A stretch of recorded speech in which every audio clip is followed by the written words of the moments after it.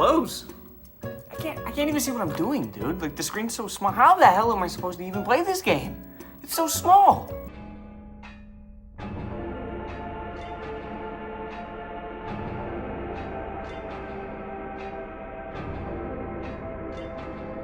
Virtual reality. The quickest way to get pink eye. What was once believed to be a revolution in electronic entertainment turned out to be a short-term fad in a weird way to consume. Now look, I do think there are absolutely timeless experiences in VR, and some games like Half-Life 2 or Skyrim are insane to play when you're right there in the action. The immersion is insane. The technology we have now has been sought after for decades, with virtual reality headsets mainly used for medical research or flight simulations. And it wasn't until the 90s when big companies would try to dip their hand into the absolute gold mine. Of course, the company that was always too ahead of their time, Sega, came up with the amazing idea for the Sega VR for the Mega Drive. Imagine that! Oh, yeah, dude!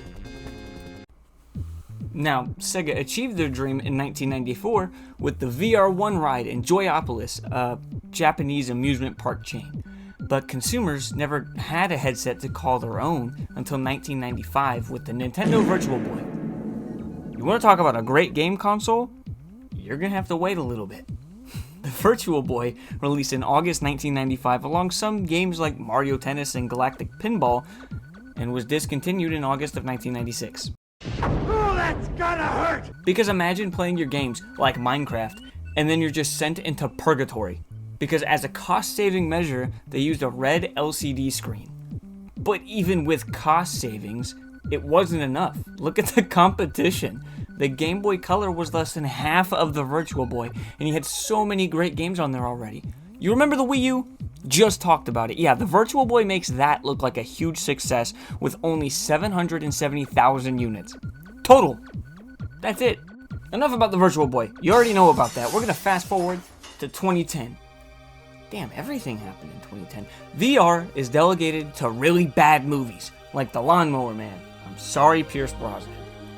A man designed a prototype for the first consumer-based virtual reality headset that ran off your own PC.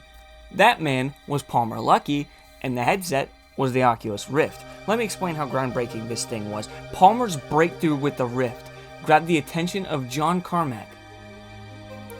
Your jaw's supposed to be kind of open. Are you okay? Hold on, cut it out for a second. Cut it out. Are you good? Are you sure?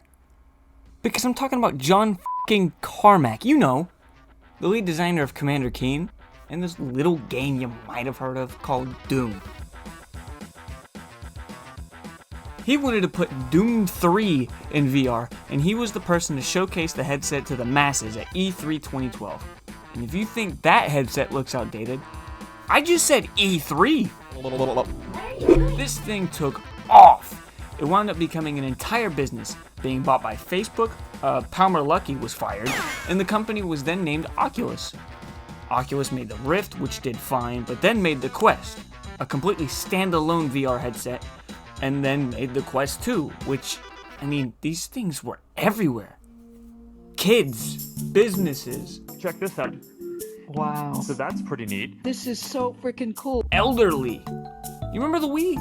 This is the VR equivalent of the Wii with 20 million units sold.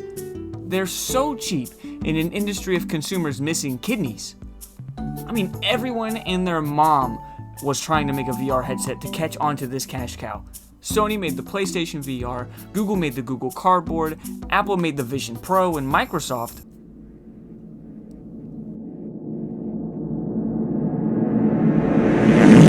it's something. And then here we are today. The Quest 3. And I actually enjoy my Quest when it works.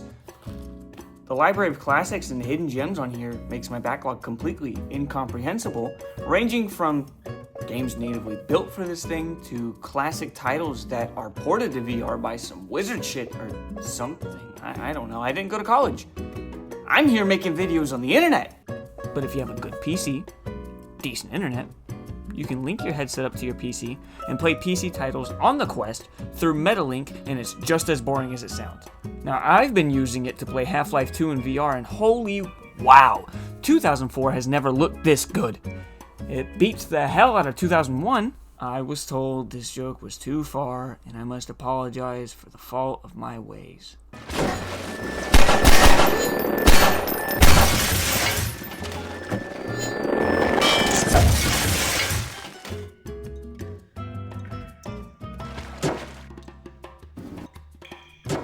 I'm so glad that was clipped. I'm so glad I got that.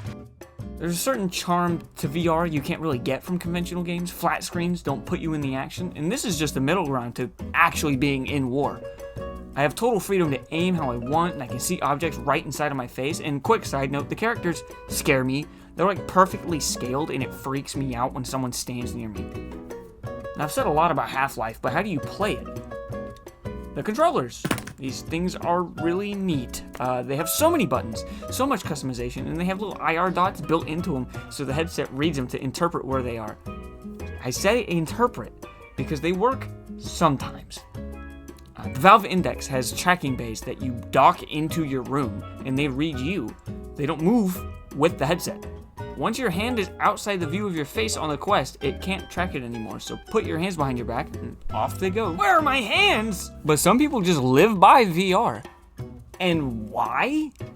I have no idea, probably because of the financial investment they put into it, but also for the hit word they always use to explain why they just play it all the time.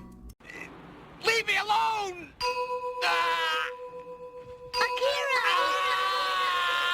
Immersion is so cool except for the massive learning curve to VR.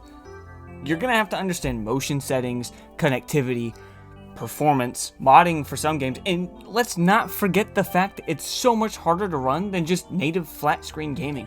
Every time I play in VR, I realize, damn, I could just play on the monitor, but I mean, VR is like magic. I've played Skyrim so many times, too many times, I couldn't count how many times, and I know Riverwood like the back of my hand, but once I threw my headset on, I got it. What did you do? What did you do?